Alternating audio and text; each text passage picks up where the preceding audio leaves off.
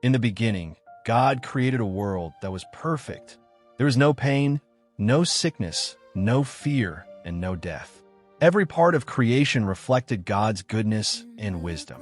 At the center of this perfect world was the Garden of Eden, a place filled with beautiful trees, flowing rivers, colorful flowers, and every kind of living creature.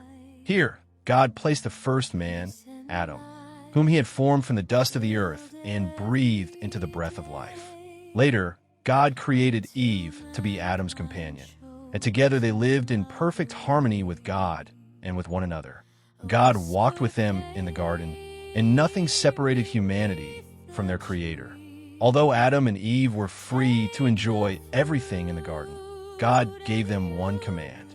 He said, "You may freely eat from every tree in the garden, but you must not eat from the tree of the knowledge of good and evil, for on the day you eat from it, you will surely die."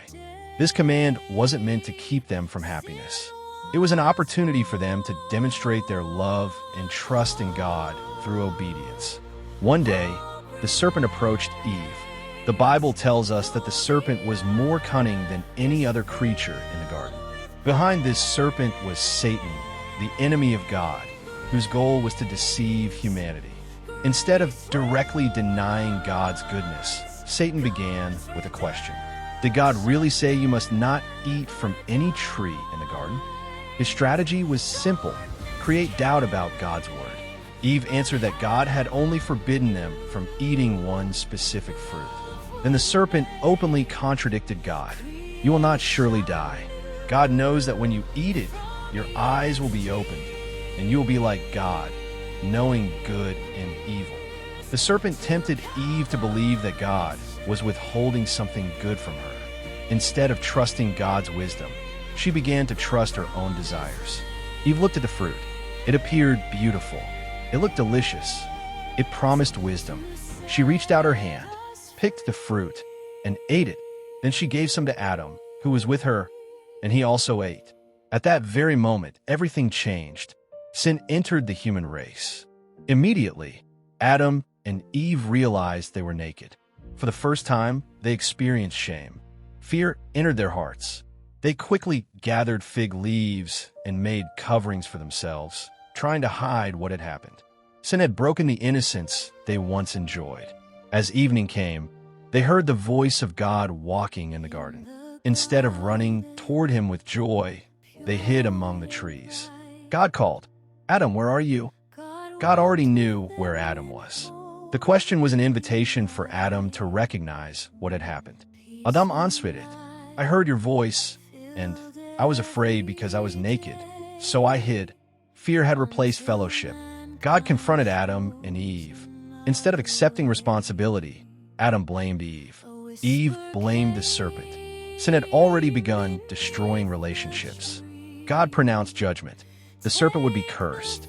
The woman would experience pain in childbirth. The man would struggle to work the ground. The earth itself would be affected. And one day, humanity would return to the dust from which they were created. Death had entered the world. Even in the middle of judgment, God revealed his mercy. He declared that one day the offspring of the woman would crush the serpent's head, though the serpent would bruise his heel. This was the Bible's very first prophecy of Jesus Christ. Although sin had entered the world, God's plan to save humanity had already begun. God made garments of skin for Adam and Eve, covering their shame. Then they were sent out of the Garden of Eden.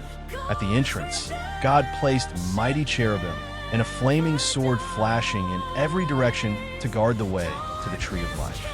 Humanity had fallen. Paradise was lost, but God's love remained. The story of redemption had begun, a story that would ultimately lead to Jesus Christ, who came to restore what sin had destroyed. The fall of man explains why our world is filled with pain, suffering, and death. But it also reveals something even greater: God's incredible love. From the very beginning, he had a plan to rescue humanity through Jesus Christ.